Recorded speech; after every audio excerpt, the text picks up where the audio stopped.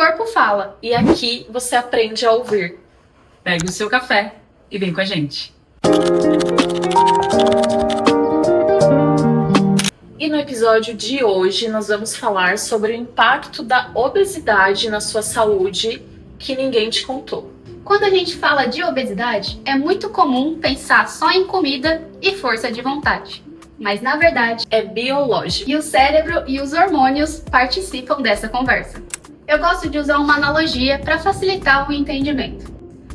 Pensa no tecido de gordura como um bairro de uma cidade. Quando a cidade cresce devagar, há tempo para fazer processo de encanamento, ruas, luz, água. Agora, se a cidade cresce rápido demais, falta infraestrutura, aparecendo sobrecarga, confusão e alerta. Na obesidade, no corpo, acontece algo parecido. Com o excesso de energia proveniente da má alimentação, associada ao estresse, pouco movimento e sono ruim, o tecido de gordura cresce para tentar armazenar toda essa energia. A gordura fica mal irrigada, entra em estresse e começa a liberar substâncias inflamatórias no organismo. Essa inflamação é silenciosa, não dói, mas quando ela começa a se espalhar pelo organismo, ela interfere diretamente nos hormônios que regulam o processo de saciedade e de fome. A leptina, que deveria avisar o cérebro que já existe energia suficiente, não avisa. E a grelina pode ficar desregulada, aumentando não somente a fome física, como a fome emocional. E a insulina também perde sua eficiência no cérebro. Ou seja, o cérebro começa a receber mensagens confusas. E a pessoa não come mais porque quer, mas porque esse sistema todo de controle está desorganizado. E isso tudo que eu estou explicando não se restringe apenas a esse metabolismo. Começa a impactar também funções práticas do dia a dia. A Jennifer, que é especialista em saúde do assoalho pélvico, traz muito isso na sua vivência clínica. E hoje ela vai explicar um pouquinho pra gente como a obesidade impacta na saúde do assoalho pélvico, gerando até continência urinária. Fala um pouquinho mais pra gente. Exatamente, o Andra dando segmento, né, nesse assunto. Então a gente sabe que a obesidade ela acaba interferindo e trazendo consigo outras doenças crônicas, né, que a gente até vai desbravar um pouquinho mais pra frente aqui com a Dai. E uma desses problemas é a saúde íntima, também tem um impacto. Então, um deles, por exemplo, é a ocorrência do escape de urina ou a piora dos sintomas, né? Então, mulheres, homens que já têm, principalmente mulheres que já têm o escape de urina, que é a incontinência urinária, acabam tendo um agravamento do quadro urinário por conta do ganho de peso. Então, eu sempre falo para as minhas pacientes e também aqui na internet que uma forma de cuidar da saúde íntima é cuidar do peso corporal, né? E qual é o mecanismo? Por que isso acontece? Uma das funções da musculatura pélvica, da musculatura íntima, é manejar o aumento da pressão intraabdominal. Então, diante de um esforço, quando a gente levanta da cama, ou tá na academia fazendo algum exercício, ou espirra, tosse, a pressão na barriga do abdômen ela aumenta. E na obesidade, essa pressão ela é aumentada frequentemente por conta do sobrepeso, né? Então, essa pressão aumentada gera um impacto, uma sobrecarga no assoalho pélvico. E com isso traz fraqueza, né? Então, a gente vê na prática clínica comum mulheres obesas ter fraqueza do assoalho pélvico. Então, é uma das questões até de tratamento é fortalecer o assoalho pélvico e também perder peso, porque a perda de peso ela melhora os sintomas urinários. Então já tem estudos deixando isso bem claro. E ligando um pouco, né, com esse impacto, talvez vocês nem sabiam desse impacto do peso na saúde urinária. Vou trazer um pouquinho também a questão da Dai, que vai falar um pouquinho da dor, né, pra gente, que também é um impacto na qualidade de vida. E na sua prática clínica, Dai, como é que você encontra, como que você trabalha com essa questão da obesidade? Bom, quando a gente fala de obesidade em relação à dor, a gente tem que entender algumas coisas. A gente pode pensar que essa pessoa com maior peso corporal, ela vai ter uma sobrecarga articular.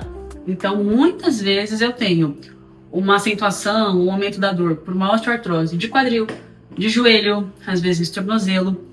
E na população obesa, em especial obesos idosos, eles têm um aumento da dor lombar. E aí, se eu pensar, né, em toda alteração que traz a questão do envelhecimento, mas associado ao aumento de peso corporal, aumento da circunferência abdominal, esses pacientes, essas pessoas, vão ter maior chance de perda de função. E essa pessoa obesa, né, que tem um quadro de dor, ela tem uma piora muito grande da sua funcionalidade, porque eu entro naquele ciclo. Eu tenho dor, aí eu não me movimento, porque dói. Quanto menos eu me movimento, mais força eu perco, mais dor eu vou ter. Maior sobrecarga articular por menor massa muscular. Lembrando que eu tenho um corpo que está com peso aumentado. Teve um estudo que foi feito com 6.700 pacientes mulheres e descobriram que cerca de 60% delas com dor, né, com fibromialgia, eram obesas. Ou seja, a dor está diretamente ligada ao aumento de peso corporal. E quando a gente fala que essa pessoa, que ela tem obesidade, ela é mais predisposta a desenvolver uma osteoartrose de quadril e joelho, um estudo mostrou que houve um aumento das cirurgias de próteses de quadril entre 99 e 2008. Ela mais que dobrou, um aumento de cerca de 138% no número de artroplastia de joelho. Ela quase que dobrou, na verdade, um número bem acentuado de artroplastia de joelho, entendendo que eu tenho um aumento da expectativa de vida e eu também tenho um aumento do sobrepeso e da obesidade, que é um perfil que vem se modificando nos últimos anos. Então é muito importante a gente falar de controle de peso, né, de atividade física, para pensar em ser mais funcional, pensar em longevidade e qualidade de vida, ser independente. Perfeito. E quando a gente junta tudo isso, hormônios, dor, fraqueza muscular, função urinária, fica claro que a obesidade não é algo localizado, né? Não é pontual. É um processo biológico que compromete o corpo todo. E o estresse ainda piora esse processo. Cortisol ficando lá no talo, reduzindo até o controle frente a impulsos alimentares. Por isso não é só sobre número da balança, né? Força de vontade. É reorganizar o sistema como um todo. Reduzir a inflamação, regular o sono, melhorar a sensibilidade hormonal, manejar o estresse. Ou seja, a inflamação não é um problema isolado. O problema é tudo aquilo que mantém esse processo de inflamação ativo. E agora a gente vai falar um pouco das estratégias para manejar tudo isso. A abordagem, então, de forma geral, é retirar os estímulos que mantêm ou pioram essa inflamação, a deixando ativa o tempo todo.